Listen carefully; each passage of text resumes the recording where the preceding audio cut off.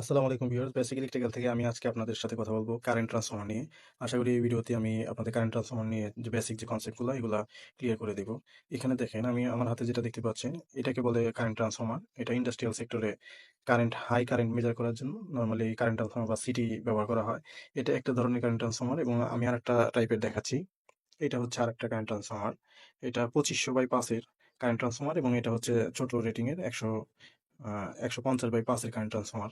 এই কারেন্ট ট্রান্সফরমারগুলো বিভিন্ন রেটিং এর হয়। যেমন আমি এখানে লিখে রাখছি দেখেন। এখানে 50/5, 100/5, 150/5 এরকম বিভিন্ন রেটিং এর কারেন্ট ট্রান্সফরমার হয়ে থাকে। ম্যাক্সিমাম 6000/5 অ্যাম্পিয়ার পর্যন্ত এই কারেন্ট ট্রান্সফরমারগুলো নরমালি হয়। এবং এই কারেন্ট ট্রান্সফরমার রেশিও ২ টা টাইপের হয়। একটা হচ্ছে যেটা লিখছি 50/5 বা 200/5, আরেকটা হচ্ছে রেশিও হয় হচ্ছে 200/1, 200/1 অ্যাম্পিয়ার, যেটা আমি লিখে রাখছি। এবং এটার দেখেন আমি যদি এটা নিয়ে কথা বলি 200/5 অ্যাম্পিয়ার মানে হচ্ছে রেশিও হচ্ছে 40 অ্যাম্পিয়ার। এর মানে হচ্ছে প্রত্যেকটা সিটির ২ টা টার্মিনাল থাকে। একটা হচ্ছে আপনার S1 আর একটা হচ্ছে S2। ঠিক তেমনি এই সিটিরও ২ টা টার্মিনাল আছে। এটা হচ্ছে আপনার S1 এবং এটা হচ্ছে S2। প্রত্যেকটা সিটির S1 S2 টার্মিনাল থাকে। এখন এখানে যে রেশিওটা আমি বের করছি 200/5 এর সিটি নিয়ে এটাকে আমি ডিভাইড করে 40/1 অ্যাম্পিয়ার। এর মানে হচ্ছে আপনার যখন এই সিটিটা কানেকশন অবস্থায় থাকবে তখন S1 S2 ভিতর দিয়ে 1 অ্যাম্পিয়ার পাস হলে আমার মিটারে দেখাবে 40 অ্যাম্পিয়ার। ঠিক তেমনি 2 অ্যাম্পিয়ার যখন S1 S2 টার্মিনালের ভিতর দিয়ে পাস হবে তখন আমার মিটারে দেখাবে 80 অ্যাম্পিয়ার। এটাই হচ্ছে আসলে সিটির রেশিও। আরেকটা হচ্ছে আমি আপনাদের এখন দেখাবো হচ্ছে কানেকশন সিস্টেম, মানে সিটিটা কিভাবে কানেকশন করা হয়।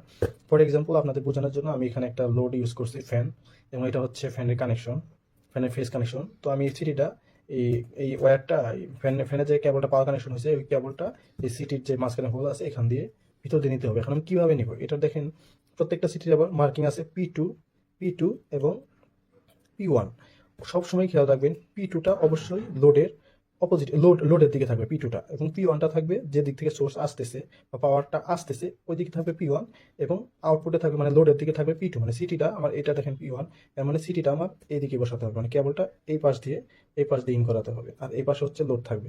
ঠিক তেমনি ফ্যান বলেন মোটর বলেন যে কোনো জায়গায় যখন সিটি আমরা কানেকশন করবো অবশ্যই আমরা P1 P2 মার্কিং করে রাখবো। P1 দিয়ে ইনকামিং ঢুকবে এবং P2 দিয়ে আউটগোয়িং বের হয়ে লোডে চলে যাবে।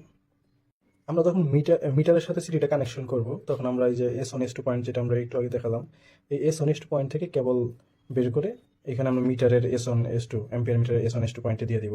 আরেকটা ইস্যু হচ্ছে আমরা যখন ক্ল্যাম্পার মিটার দিয়ে কোনো লোডের কারেন্ট মেজার করি তখন এটার ভিতর দিয়ে কেবল পাস করে দিয়ে এখানে আমরা অ্যাম্পিয়ার মানে ডিসপ্লেতে অ্যাম্পিয়ার শো করে। এটা মূলত একটা সিটি। এই সিটির মাধ্যমে আসলে আমরা এখানে কারেন্টটা দেখতে পাই আর কি। তাহলে আমরা সিটি কানেকশনের সময় অবশ্যই এখানে যেভাবে দেওয়া আছে P1 টার্মিনাল বাম পাশে, P2 টার্মিনাল ডান পাশে, মানে লোডের এটা হচ্ছে আমাদের লোড। এটা অবশ্যই মাথায় রাখতে হবে যে সিটির P1 P2 কোন কোন দিকে হবে। আমরা যদি উল্টা দিকে দিই তাহলে সিটির রেটিং যেটা মিটারে দেখাবে সেটা ঠিক দেখাবে না, ভুল দেখাবে।